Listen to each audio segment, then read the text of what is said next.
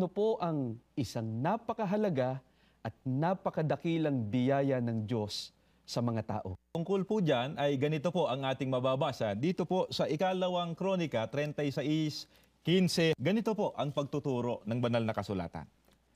At ang Panginoon, ang Diyos ng kanilang mga magulang, nagsugo sa kanila sa pamamagitan ng kanyang mga sugo, na bumangong maaga at nagsugo, sapagkat siya'y nagdalang habag sa kanyang bayan at sa kanyang tahanang dako.